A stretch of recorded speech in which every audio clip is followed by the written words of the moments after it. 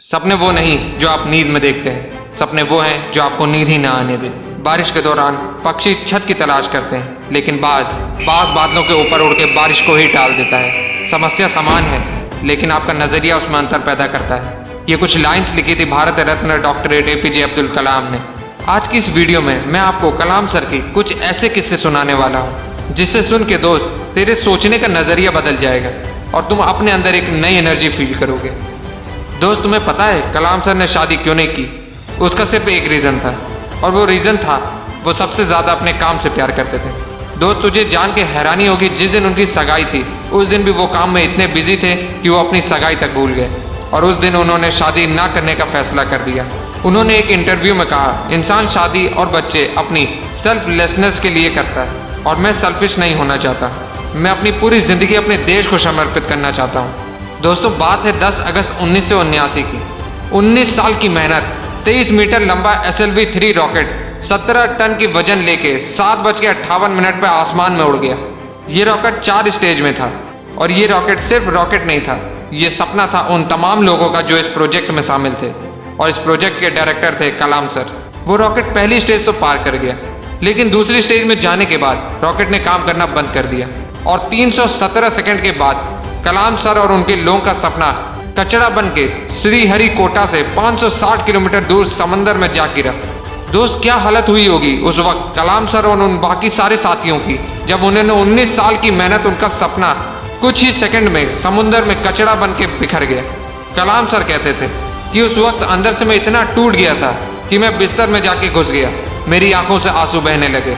लेकिन दोस्तों, कलाम सर हार मानने वालों में से नहीं थे। वो कहते थे, पहाड़ की चोटी से उतरने से पहाड़ चढ़ने का तजुर्बा नहीं मिलता, जिंदगी पहाड़ के चढ़ानों में मिलती है, चोटी पे नहीं। कलाम सर भी इसी तरह एक एक कदम आगे बढ़ते रहे।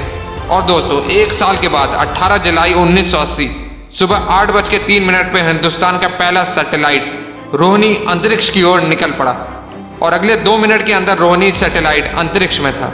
कलाम सर ने बताया कि उन्होंने उस दिन जिंदगी के सबसे अहम पल जिए, क्योंकि उस दिन उनकी 20 साल की मेहनत अंतरिक्ष में थी।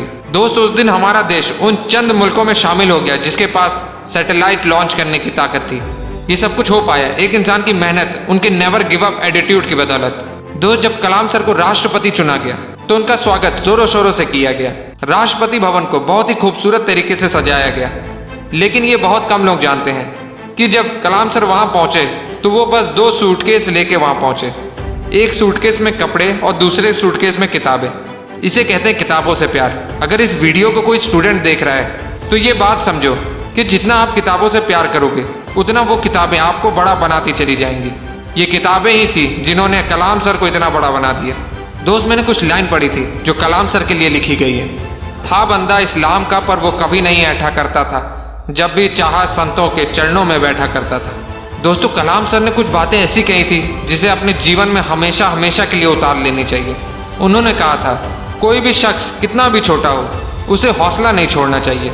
मुश्किलें जिंदगी का हिस्सा है, और तकलीफ कामयाबी की सच्चाई। खुदा ने यह वादा तो नहीं किया आसमान हमेशा नीला रहेगा, जिंदगी भर फूलों से भरी राह मिलेगी। खुदा ने वादा तो नहीं किया सूरज होगा तो बादल नहीं होंगे, खुशी होगी तो गम नहीं होगा, सुकून होगा तो दर्द नहीं होगा। ये जिंदगी की सच्चाई है। अगर हम एक सांस लेंगे तो एक सांस छोड़नी पड़ेगी।